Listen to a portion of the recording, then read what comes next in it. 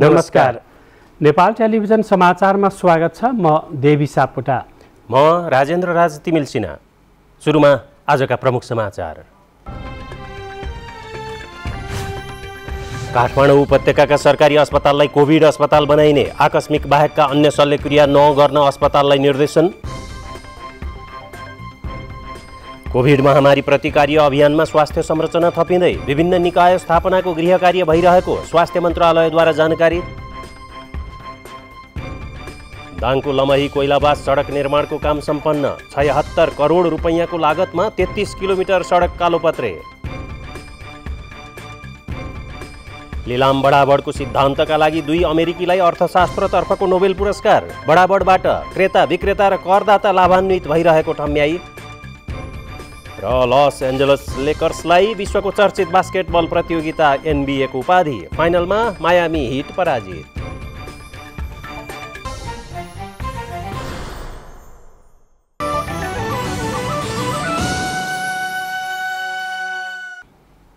दर्शकवृन्द, corona महामारीको सङ्क्रमण तीव्र बनिरहेको छ र काठमाडौँ उपत्यका लगायत घना बस्तीहरूमा यसको सङ्क्रमण ज्यादै तीव्र गतिमा फैलिरहेको देखिएको छ। त्यसैले के कस्तो प्रकारको रणनीति अपनाउने त भन्ने बारेमा छलफल गर्न नेपाल सरकार मन्त्री परिषदको बैठक अहिले प्रधानमन्त्री निवास बालुवाटारमा बसिरहेको छ।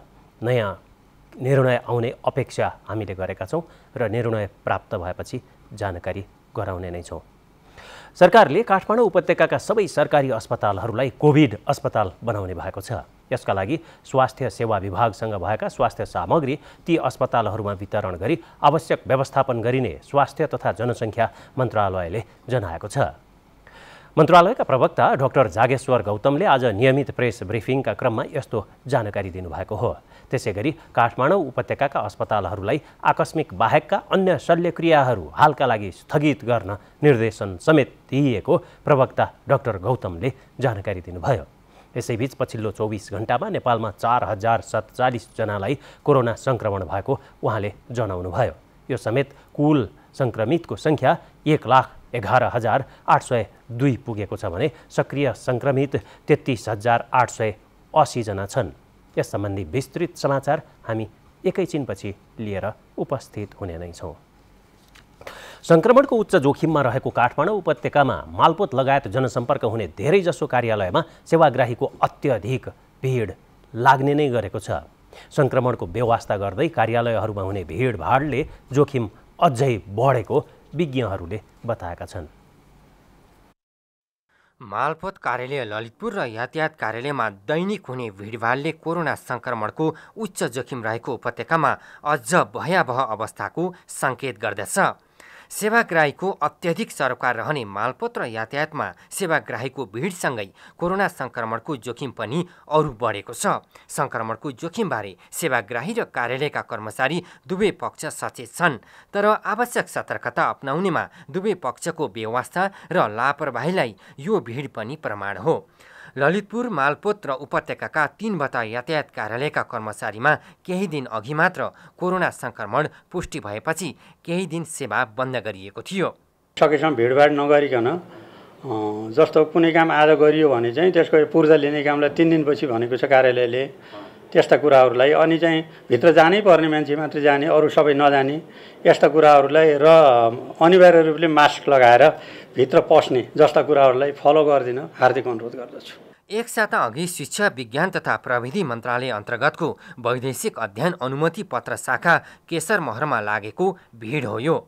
नेपालमा आइतबारसम्मको सक्रिय सङ्क्रमित मध्ये करिब 59% उपत्यकामा रहेको बेला समेत जनसरोकारका कार्यालय र दसैँको किनमेलका लागि बजारमा देखिने मानिसहरूको भिडभाडले जोखिमलाई अझै बढाएको छ। कोरोनाको जुन एउटा तीव्र गतिमा बढ्दै गइरहेको अवस्थामा चाहिँ हामीले चाहिँ यो जुन जनस्वास्थ्य मापदण्ड छ त्यसलाई चाहिँ कडाइका साथ लागू गरौँ। म अझ पनि फेरि भन्छु कडाइका साथ लागू गरौँ, जसले गर्दाखेरि चाहिँ अहिले भइरहेको जुन एउटा सङ्क्रमणको जुन तीव्रता छ त्यो धेरै कम भएर जान्छ। उपत्यकामा पनि काठमाडौँ उच्च जोखिममा छ। आइतबारसम्म सक्रिय सङ्क्रमितको सङ्ख्या 31,315 पुग्दा उपत्यकामा सक्रिय सङ्क्रमितको सङ्ख्या 18,462 पुगेको छ। काठमाडौँमा मात्र 14,763 सक्रिय सङ्क्रमित छन् भने ललितपुरमा 2,277 र भक्तपुरमा 1,322 जना सक्रिय सङ्क्रमित छन्। सरकारले समेत काठमाडौँमा कोरोना नियन्त्रण थप चुनौतीपूर्ण भएको बताउँदै बन्दाबन्दी पुनः गर्ने योजना नरहेको जनाएको छ। सरकारका प्रवक्ता प्रदीप गेवालीले बन्दाबन्दीको योजना नभए पनि अबको अवस्था नागरिकको स्वास्थ्य सचेतनामा पनि भर पर्ने बताउनु भएको छ। फेरि त्यो निषेधको अथवा लकडाउनको बाटोमा हिँड्नुपर्ने त्यो एउटा बाध्यात्मक अवस्था हामी कसैले पनि नलिन्छौँ। हामी सतर्क भयौँ भने त्यो कुरालाई पन्छाएर त्यसो नगरिकन पनि सङ्क्रमणलाई नियन्त्रण गर्न सकिन्छ। अगाडि कसरी जाने भन्ने कुरा धेरै हदसम्म नागरिकहरूको रेस्पोन्स कस्तो हुन्छ, हामीले चाहिँ सरकारका अपिलहरूलाई कसरी चाहिँ पालना गर्छौँ भन्ने कुरामाथि भर पर्छ। काठमाडौँमा 134 जना सहित उपत्यकामा हालसम्म सङ्क्रमणबाट 200 जनाको मृत्यु भएको छ। मृतकको सङ्ख्या पनि उपत्यकामा 31% भन्दा बढी छ। सङ्क्रमित, सक्रिय सङ्क्रमित र मृतकको सङ्ख्या अत्यधिक रहेको उपत्यका उच्च जोखिममा छ। यस्तोमा जनसरोकारका कार्यालयमा देखिने भिडभाडले उच्च सतर्कता अत्यावश्यक भएको स्पष्ट गर्दछ। यसका अतिरिक्त तत्कालका लागि कोरोनाको 3वटा ओखती, सामाजिक दूरी कायम गर्ने, मास्कको अनिवार्य र सही प्रयोग गर्ने र साबुन पानीले हात धुने काम अनिवार्य गर्न पनि चिकित्सकहरूले सुझाव दिएका छन्। क्यामेरामा शिव पङ्गेनीका साथ रामप्रसाद भण्डारी, नेपाल टेलिभिजन। कोरोना सङ्क्रमणको जोखिम बढेसँगै थापाथली स्थित परोपकार प्रसुति तथा स्त्री रोग अस्पतालमा प्रसुति सेवा लिन आउनेको सङ्ख्यामा उल्लेख्य वृद्धि भएको छ। उपत्यकामा अहिले शिक्षण, पाटन र प्रसुति गृहले मात्र घोषित रूपमा कोभिड-19 पोजिटिभलाई समेत सेवा प्रदान गरेकोले प्रसुति गृहमा सेवाग्राहीको सङ्ख्या बढेको हो। कोरोना सङ्क्रमणको जोखिम बढेसँगै थापाथली स्थित परोपकार प्रसुति तथा स्त्री रोग अस्पतालमा प्रसुति सेवा लिन आउनेको सङ्ख्या पनि बढेको छ। उपत्यकामा अहिले शिक्षण, पाटन र प्रसुति गृहले मात्र घोषित रूपमा कोभिड-19 पोजिटिभलाई समेत सेवा प्रदान गरेकाले प्रसुति गृहमा सेवाग्राहीको सङ्ख्या बढेको हो। कोरोनाको डर भएर है, त्यही डर भएर अब फेरि सुरक्षा चाहिँ लिएर आएको छौँ। अब सुरक्षा चाहिँ लान पाए हुन्थ्यो भन्नको लागि यहाँ लिएर आएको। प्रसुति गृहका अनुसार असारमा बहिरङ्ग विभागमा 6,200 बढीले सेवा लिएकामा साउनमा त्यो सङ्ख्या बढेर 10,007 बढी पुग्यो। तर प्रसुति गराउनेको सङ्ख्या भने 2,000 देखि 2,200 को बिचमा रहेको छ। कोभिडसँगै प्रसुति गृहले सामान्य, शङ्कास्पद र सङ्क्रमित गरी फरक फरक स्थानमा वार्ड बनाएर सेवा प्रदान गरेको छ। जुन बिरामीहरू हाम्रोमा आइराख्नु भएको छ, उहाँ बिरामीहरू पहिला अन्यत्र कुनै नर्सिङ होम अथवा कुनै हस्पिटलमा जाँच गराइराखेर अनि अहिले पोजिटिभ भएपछि उहाँहरू चाहिँ निज नर्सिङ होमहरू अस्पतालले भर्ना नलिएर पनि हाम्रो हस्पिटलमा आउनुभएको चाहिँ छ। प्रसुति गृहबाट हालसम्म 43 जना सङ्क्रमितले प्रसुति सेवा पाएका छन्।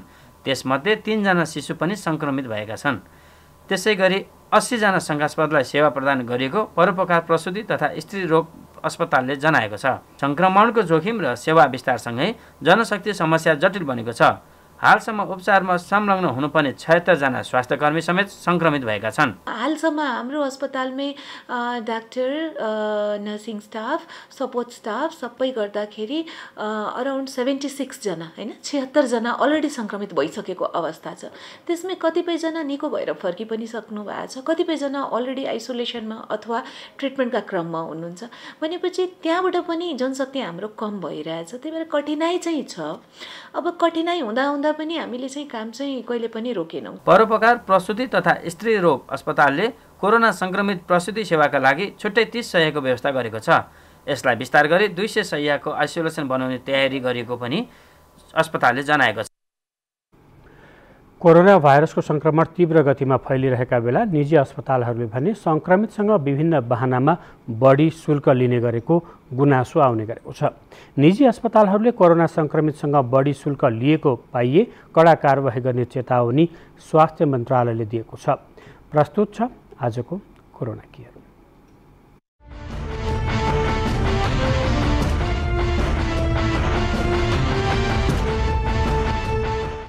कोरोना संक्रमितको संख्या बढेसँगै अस्पतालमा बेड पाउनै समस्या भएको छ। पछिल्लो समयमा लक्षणसहितका संक्रमित धेरै पहिचान हुन थालेपछि अस्पतालहरू भरिभराउ भएका छन्। सरकारी मात्र होइन, निजी अस्पतालमा पनि संक्रमितहरू उत्तिकै पुग्ने गरेका छन्।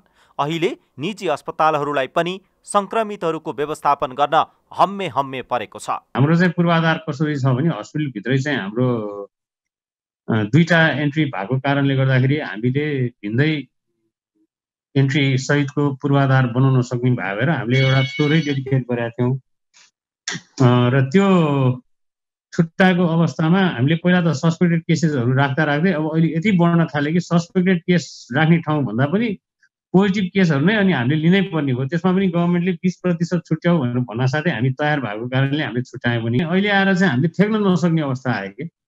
सरकारले कोरोना संक्रमितको उपचार निशुल्क गर्ने व्यवस्था गरेको छ, तर निजी अस्पतालहरूले भने विभिन्न बहानामा बढी शुल्क लिने गरेको गुनासो आउने गरेको छ। संक्रमण पहिचान गर्न गरिने PCR परीक्षणको शुल्कको विवाद अझै साम्य भएको छैन। सरकारले भनेअनुसार नै निजी अस्पतालहरूले अहिले PCR परीक्षणको शुल्क निर्धारण गरे पनि अन्य शुल्क बढी लिने गरेको गुनासो बिरामीका आफन्तले गर्ने गरेका छन्। निजी अस्पतालहरूका सञ्चालकहरू भने संक्रमितको उपचारमा खटिँदा व्यक्तिगत सुरक्षा सामग्रीको प्रयोग गर्नुपर्ने र औषधि पनि महँगो पर्ने भएकाले सेवा महँगो पर्ने गरेको बताउँछन्। ट्रिटमेन्टको शुल्क चाहिँ बेड चार्जले बढ्ने होइन रहेछ। हामीले हेर्दाखेरि यो PPE लगायतका यी सामग्रीहरू जुन छन् नि, त्यसले गर्दाखेरि चाहिँ त्यो चार्जेसहरू बढ्दो रहेछ। त्यो चार्जेस चाहिँ फेरि कस्तो हो भने यो हामीले किनेर अब बिरामीलाई दिने भन्दा पनि अब यो त्यसकै चार्ज चाहिँ यति हाई थियो, अहिले त अलिकति घट्यो पनि त्यो धेरै पटक युज हुँदो रहेछ होइन। किनभने त्यो सेफ्टीको लागि पनि उसले युज गर्नै पर्ने भयो। त्यसले गर्दाखेरि चाहिँ कस्ट हाई हुने हो। र यदि हामीलाई भोलि सरकारद्वारा अथवा विभिन्न संस्थाबाट चाहिँ यो PPE लगायतका सामग्रीहरू डोनेसनमा दिन्छन् भने चाहिँ सायद अस्पतालको चार्ज चाहिँ त्यही अनुसारले घट्छ। हुन त निजी प्रयोगशालाहरूले कोरोना परीक्षणको नतिजा चाँडै दिने गरेका छन्। संक्रमण परीक्षण गरेको 12 घण्टादेखि 24 घण्टाभित्र नतिजा उपलब्ध गराउने गरेका छन्। यसले आम नागरिकहरूलाई सहयोग गरेको उनीहरूको भनाइ छ। हाम्रो हकमा चाहिँ हामीले परीक्षण गरेको 12 घण्टामा केहीलाई 12 घण्टा र केहीलाई 24 घण्टाभित्र हामी रिपोर्ट दिने गरेका छौँ होइन। तर अब अरू केही ल्याबहरूमा, सरकारी ल्याबहरूमा चाहिँ अब त्यो चाप धेरै भएको कारणले 3-4 दिन समेत लाग्ने गरेको सुन्नमा आएको छ। निजीहरूको हकमा चाहिँ आज दिएको भोलि रिपोर्ट हुने हुन्छ र केही व्यक्तिहरूको हकमा चाहिँ रिपिट गर्नु पर्यो अथवा चाहिँ रिपिट स्याम्पल गर्नु पर्यो, रिपिट एक्सट्र्याक्सन गर्नु पर्यो भने केही समय लाग्न सक्छ। तर 3-4 दिनमा अहिलेसम्म भएको छैन। हामी आजको बिहान दिएको स्याम्पलको बेलुका रिपोर्ट दिन्छौँ। सकभर आजको स्याम्पलको हामी राति 1-2 बजेसम्मै रिपोर्ट दिने गरेका छौँ अहिलेसम्म। निजी अस्पतालहरूले संक्रमितको उपचारका क्रममा बढी शुल्क असुल गरेको गुनासो स्वास्थ्य मन्त्रालयमा पनि पुगेको छ। मन्त्रालयले महामारीका बेला आम नागरिकहरूलाई सहयोग गर्न निजी अस्पतालहरूलाई आग्रह गरेको छ। बढी शुल्क असुल गरेको भेटिए कारबाहीको दायरामा ल्याउन सम्बन्धित निकायलाई भनिसकिएको मन्त्रालयले स्पष्ट पारेको छ। यो बेला महामारीको बेला हो। महामारीबाट बाँचेर बाहिर आउन सकियो भने कमाएको पैसा काम लाग्छ, नभए यतिखेरको धर्म काम लाग्छ सबभन्दा धेरै। त्यही हिसाबले हामीले सबैलाई अनुरोध पनि गरिरहेका छौँ। सेवा प्रवाह सुचारू कसरी गर्न सकिन्छ भन्ने हिसाबले पनि सबैसँग सहकारी पनि गरिरहेका छौँ। यदा कदा पाइएका त्यस किसिमका जुन उजुरीहरू छन्, जुन गुनासाहरू छन्, तिनीहरूलाई कडाइका साथ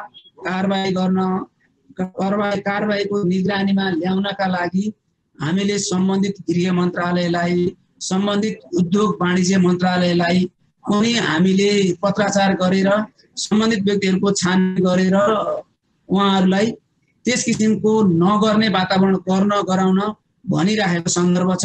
त्यसमा हामी सम्बन्धित सरकारवालाहरूसँगै रहेर उहाँहरूलाई नियमन गर्ने जुन संस्थाहरूमा उहाँहरूले सम्बन्धन लिनुभएको छ तिनै संस्थाहरूबाट उहाँको सम्बन्धन खारेज गर्ने सम्मका हामीले निर्देशन दिएर कामहरू अगाडि बढाइराखिएको छ। मुलुक सङ्कटमा परेका बेला सहयोग गर्नु निजी अस्पतालहरूको पनि दायित्व हो। कोरोना संक्रमणका कारण अस्तव्यस्त भएका नागरिकहरूसँग बढी सेवा शुल्क लिएर लाभ लिन खोज्नुभन्दा सहयोगी भावना राखेर काम गर्दा निजी अस्पतालहरूप्रति आम नागरिकको विश्वास समेत बढेर जानेछ।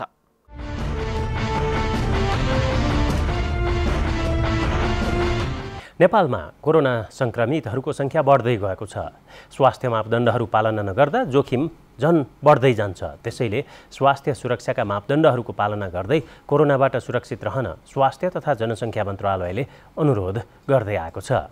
स्वास्थ्य सेवालाई सर्वव्यापी पहुँचमा पुर्याउनका लागि सरकारले मुलुकका विभिन्न अस्पतालहरूमा शय्याहरू थप गर्ने तथा उपत्यकाका सरकारी अस्पतालहरूलाई कोभिड अस्पतालका रूपमा सञ्चालन गर्ने निर्णय गरेको छ। पछिल्लो 24 घण्टामा नेपालमा 4047 जनालाई कोरोना संक्रमण भएको छ। काठमाडौँ जिल्लामा 1888 जना, ललितपुरमा 277 जना र भक्तपुरमा 118 जना संक्रमित थपिएका छन्। 14530 जनामा पीसीआर परीक्षण गर्दा यो संख्यामा संक्रमित देखिएको हो। अघिल्लो 24 घण्टाको तुलनामा संक्रमितको संख्या 1976 ले बढेको छ। हालसम्म कुल सङ्क्रान्त संख्या 1,11,802 पुगेको छ। सक्रिय संक्रमित 33,880 जना रहेको स्वास्थ्य तथा जनसङ्ख्या मन्त्रालयले जनाएको छ। पछिल्लो अवधिमा 9 जना मृतक थपिँदा संक्रमणका कारण मृत्यु भएकाहरूको संख्या 645 पुगेको छ। अहिले 4831 जना क्वारेन्टिनमा बसिरहेका छन्। सिकिस्त भई आइसियुमा 279 जना र 67 जना भेन्टिलेटरमा उपचाररत छन्। 24 घण्टामा 1473 जना कोरोना मुक्त भएका छन्। आज देशभरि जम्मा सक्रिय संक्रमितहरूको संख्या 33,880। नेपालमा आजको पीसीआर 14,530 गरी जम्मा 11,91,514 परीक्षण भएको छ। गत 24 घण्टामा नयाँ संक्रमितको संख्या 4,047 रहेको छ। यसैगरी उपत्यकामा रहेका सबै प्रकारका सरकारी अस्पतालहरूलाई कोभिड अस्पतालको रूपमा व्यवस्थापन गर्ने निर्णय गरिएको छ। मनमोहन शिक्षण अस्पताल दहचोक र राष्ट्रिय आयुर्वेद अनुसन्धान तालिम केन्द्र कीर्तिपुरमा सञ्चालित आइसोलेसन सेन्टरलाई लक्षण सहितका संक्रमितहरूलाई राख्ने गरी स्तर उन्नति गर्ने निर्णय पनि गरिएको छ। आकस्मिक शल्यक्रिया बाहेक अन्य शल्यक्रियाहरू नगर्न सबै अस्पतालहरूलाई स्वास्थ्य मन्त्रालयले निर्देशन दिएको छ। त्यसैगरी कार्यालयको दिन घटाउने, सेमिनार र बैठकहरू बन्द गर्ने तथा कोरोनाका लक्षण देखिएकाहरूलाई बिदा दिने जस्ता व्यवस्था गर्न पनि मन्त्रालयले सम्बन्धित सबैमा निर्देशन दिएको छ। उपत्यकाभित्रका सबै किसिमका सरकारी अस्पतालहरूलाई कोभिड अस्पतालका रूपमा व्यवस्था गरी हाललाई स्वास्थ्य सेवा विभागसँग रहेका आइसियु, भेन्टिलेटर, अक्सिजन आदि सघन उपचारका लागि आवश्यक सरसामग्रीहरू उपत्यकाका अस्पतालहरूमा केन्द्रित भएर व्यवस्थापन गर्ने। कोभिडको उपचार बापत अस्पतालहरूलाई अनुदान उपलब्ध गराउने सम्बन्धी मन्त्री परिषदले गरेको आदेश आगामी कार्तिक 1 गतेबाट कार्यान्वयन गर्ने निर्णय गरिएको मन्त्रालयले जनाएको छ।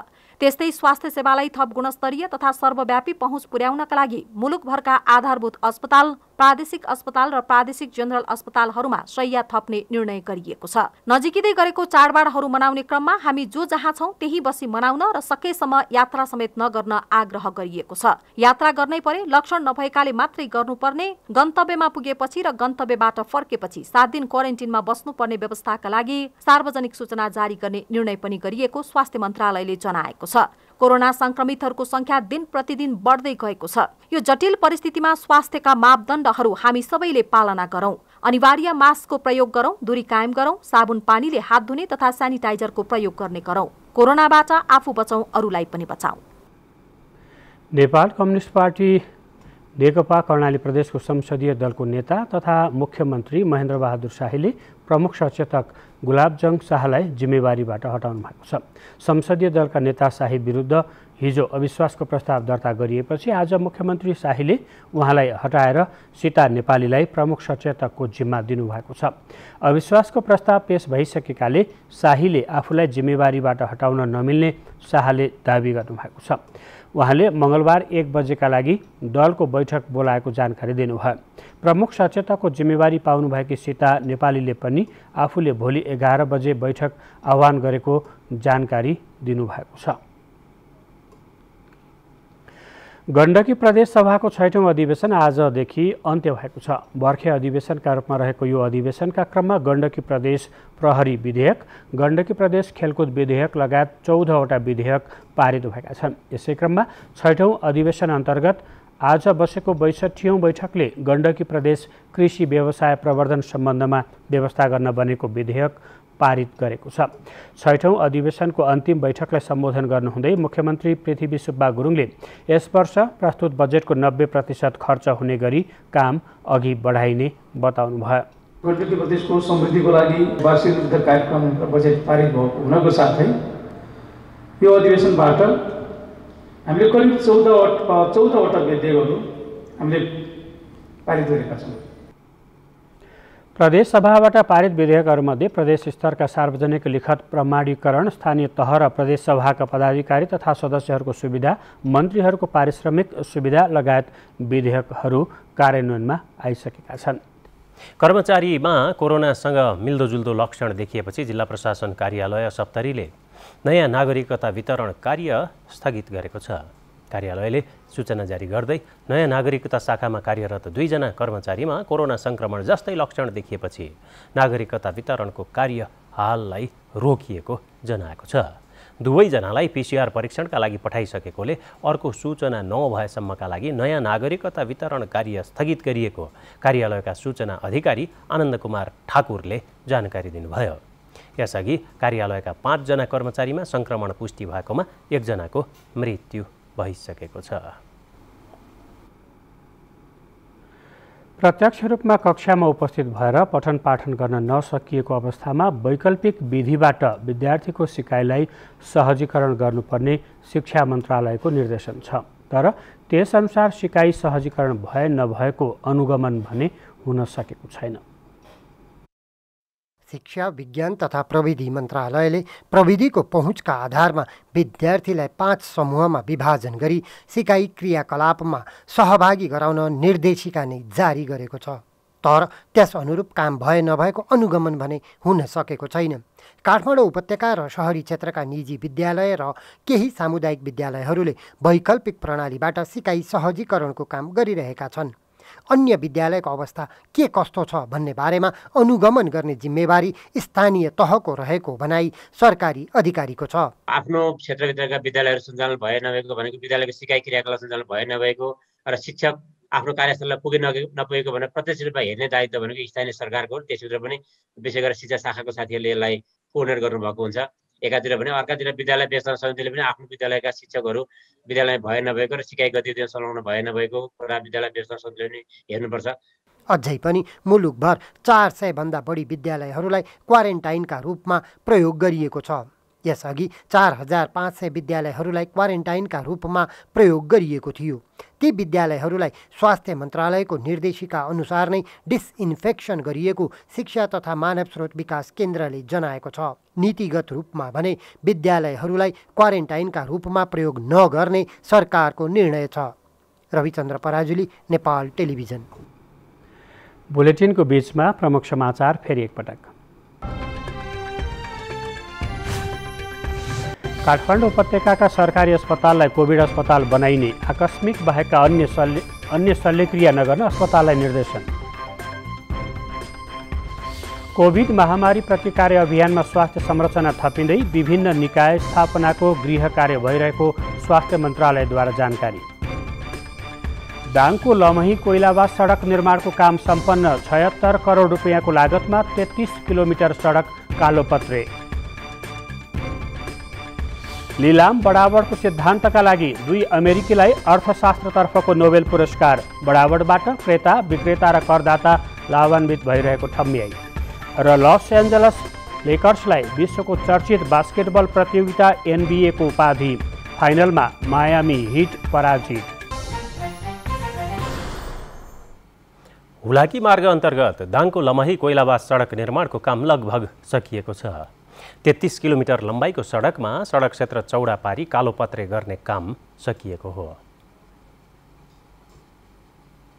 लमही चोकलाई 0 पोइन्ट माने कोइलावासको नेपाल भारत गेटसम्म नेपालतर्फको सडक कालोपत्रे भइसकेको निर्माण कम्पनीले जनाएको छ। 76 करोड रुपियाँको लागतमा 30 महिनामा काम सम्पन्न गर्ने गरी सम्झौता भए पनि पहिलो 6 महिना काम गर्न नपाएको कालिका कुमार जेबीले लामो समयसम्म गडवा बजार र लमहीको बजारको सडक क्षेत्रमा विवाद हुँदा काम गर्न समस्या परेको जनाएको छ। त्यसो त यो सडकको चुरे पहाड क्षेत्रमा पनि काम गर्न त्यति सहज भने थिएन। कान्छो पहाड भएकाले सडक खन्दा माथिबाट माटो झर्ने समस्या लामै समयसम्म समयसम्म रह्यो। यसपटक लामो समयसम्म पानी परिरहेका कारण पनि काम गर्न अप्ठ्यारो भएको निर्माण कम्पनीले बताएको छ। अहिले कालोपत्रे गरिएको चुरे क्षेत्रमा वर्षाले बगाएको माटोले भरिएका नाली सफा गर्ने काम भइरहेको छ। निर्धारित समय अगाडि नै काम सम्पन्न गर्ने गरी सडक हस्तान्तरण गर्ने योजना भए पनि पुरै समय काम गर्न नपाइएकाले केही ढिलाइ भएको निर्माण कम्पनीका इन्चार्ज राजेन्द्र श्रेष्ठले बताउनुभयो। हामीले काम गरेको मात्र दिनलाई गर्दाखेरि हाम्रो त्यो 27-28 महिना लगभग हामी काम गर्यो। अब त्यो टाइमको हिसाबले गर्दाखेरि हाम्रो 36 महिना पनि क्रस भयो। तर हामीले काम गर्न पाएको भनेको 27-28 महिना हामीले चाहिँ काम गरेको दिनलाई चाहिँ प्रोग्रामको हिसाबले। सडक निर्माण भएपछि अहिले गढवाबाट कोइलाबास 20 मिनटमै पुग्न सकिने भएको कोइलाबासका स्थानीयहरू बताउँछन्। वर्षौंसम्म खण्डहर बनेको कोइलाबास बजार राम्रो सडक सञ्जालसँग जोडिएपछि पहिलेकै अवस्थामा फर्कने सम्भावना बढेको स्थानीयहरूको भनाइ छ। कोइलाबास मात्र नभई यो हुलाकी सडकले गढवा बजारकै रूप पनि फेरिएको छ। चौडा सडक, अलग्गै फुटपाथ, सडकमा रेलिङ, यी दृश्य अहिले गढवावासीका लागि नौलो बनेको छ। सन्तोष सुवेदी, नेपाल टेलिभिजन, लुम्बिनी प्रदेश, दाङ। अब आर्थिक समाचार।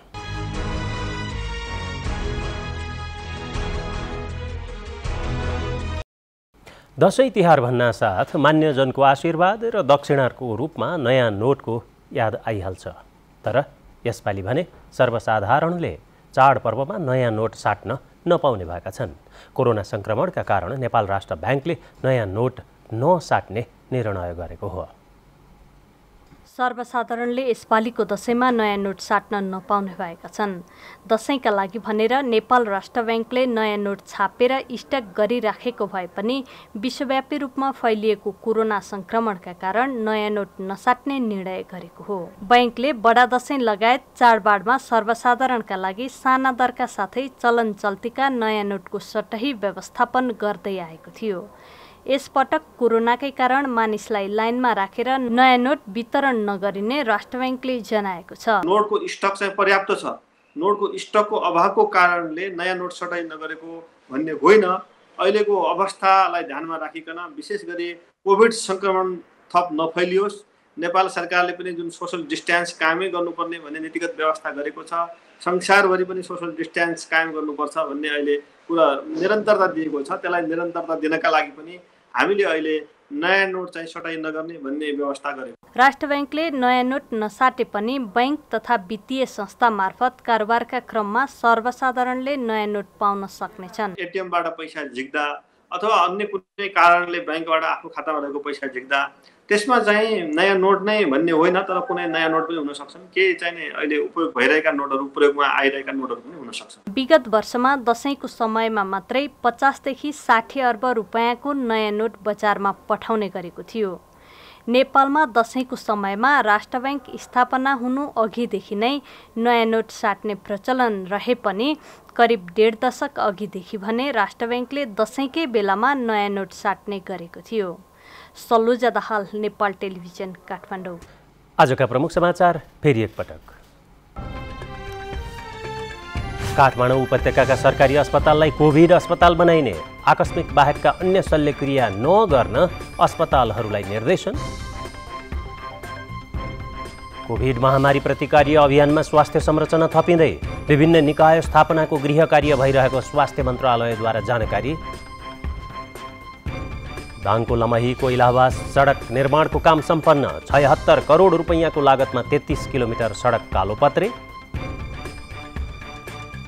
निलाम बढाबडको सिद्धान्तका लागि 2 अमेरिकीलाई अर्थशास्त्रतर्फको नोबेल पुरस्कार। बढाबडबाट क्रेता, विक्रेता र करदाता लाभान्वित भइरहेको ठम्म्याई। र लस एन्जलस लेकर्सलाई विश्वको चर्चित बास्केटबल प्रतियोगिता NBA को उपाधि। फाइनलमा मायामी हिट पराजित।